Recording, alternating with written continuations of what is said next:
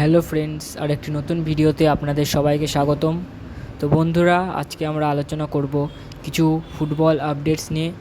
তো ভিডিওটি স্কিপ না করে শেষ পর্যন্ত দেখতে থাকো।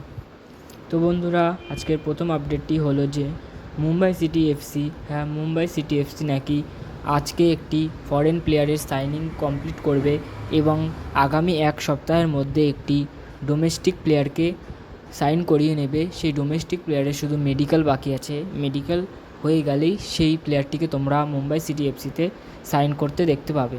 তো কে সেই প্লেয়ার, তোমরা আমাকে কমেন্ট বক্সে অবশ্যই জানাবে। তো এর পরবর্তী আপডেট হলো মাইকেল সুসাইরাজকে নিয়ে।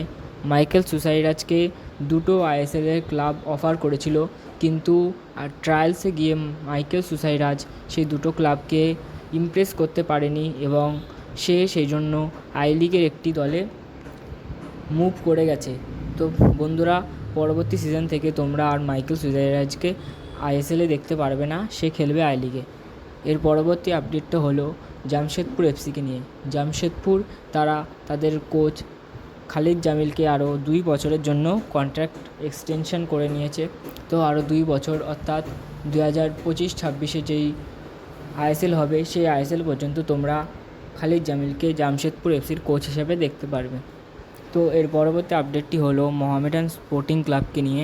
Mohammedan Sporting club African striker কাসার লবি ম্যানরোকে এই স্ট্রাইকারটিকে সাইন করে নিয়েছে। তো এই আফ্রিকান স্ট্রাইকারকে তোমরা পরের বার আইএসএলে মোহামেডান এসসি দলের জার্সি গায়ে দেখতে পারবে এবং এটি খুবই একটি ইন্টারেস্টিং সাইনিং। এই প্লেয়ার অর্থাৎ আফ্রিকান স্ট্রাইকারটি আগের বছর চাইনিজ লিগে খেলে এসছে এবং মোহামেডান এসসি তারা এই বছর তাকে আইএসএলে নিয়ে এসছে। এর পরবর্তী আপডেটটি হলো যে এফসি গোয়া এর পরের সপ্তাহে একটি ট্রান্সফার করতে পারে। হ্যাঁ, কী হতে পারে সেই ট্রান্সফার, তোমরা আমাকে অবশ্যই কমেন্ট বক্সে জানিও। এর পরবর্তী আপডেটটি হলো ইন্ডিয়ান ইন্টারন্যাশনাল টিমকে নিয়ে। ইন্ডিয়ান ইন্টারন্যাশনাল টিমের হেড কোচের পদটি যে ফাঁকা রয়েছে, সেই পদটিতে খুব তাড়াতাড়ি একটি হেড কোচ চলে আসবে এবং তোমরা খুব তাড়াতাড়ি তার নামটি জানতে পারবে। তো এর পরবর্তী আপডেটটি হলো জোসে মলিনাকে নিয়ে। জোসে মলিনা বলেছেন যে আপুইয়া হলো মিডফিল্ডের একটা অন্যতম শক্তি।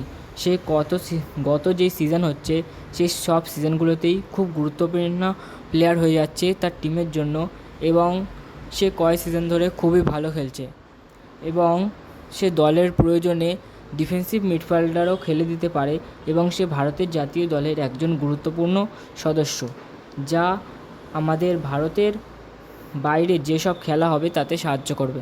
তো জোসে মলিনা আপুইয়াকে নিয়ে এই বক্তব্য দিয়েছে। তো বন্ধুরা, ভিডিওটি তোমাদের কেমন লাগলো কমেন্ট বক্সে অবশ্যই জানাবে। ভিডিওটি ভালো লাগলে একটি লাইক এবং চ্যানেলটিকে সাবস্ক্রাইব করে তার পাশের বেল নোটিফিকেশানটা অল করে দেবে। তো বাই বন্ধুরা, দেখা হচ্ছে আবার নেক্সট ভিডিওতে।